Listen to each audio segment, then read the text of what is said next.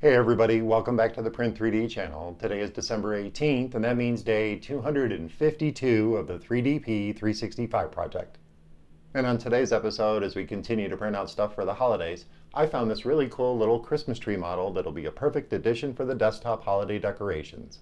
And our print turned out pretty awesome, and I can't wait to share it with you guys, so stick around.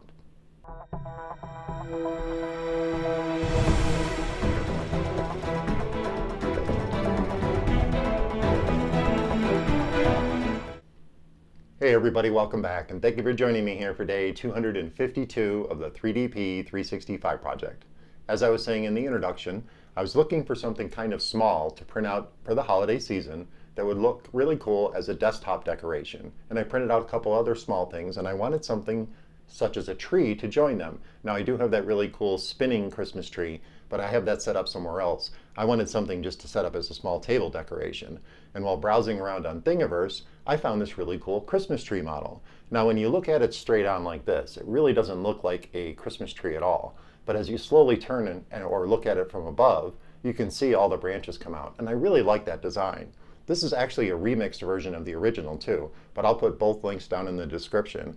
And the remixed version has a different top on it and has a little bit different setup with the pegs going through the whole tree system, because these are a bunch of individual parts that you print out and then you glue them all together.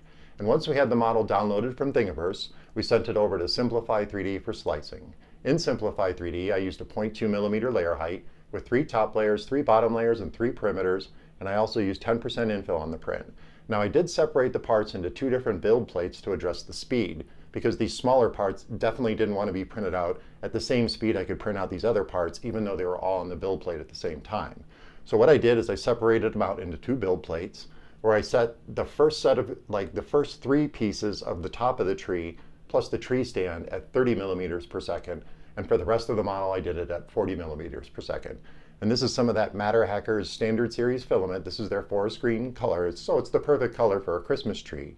And all of our prints actually turned out really, really good. I mean, it's a really delicate model, and I did glue everything together after I assembled it. And you can watch a little assembly video right here.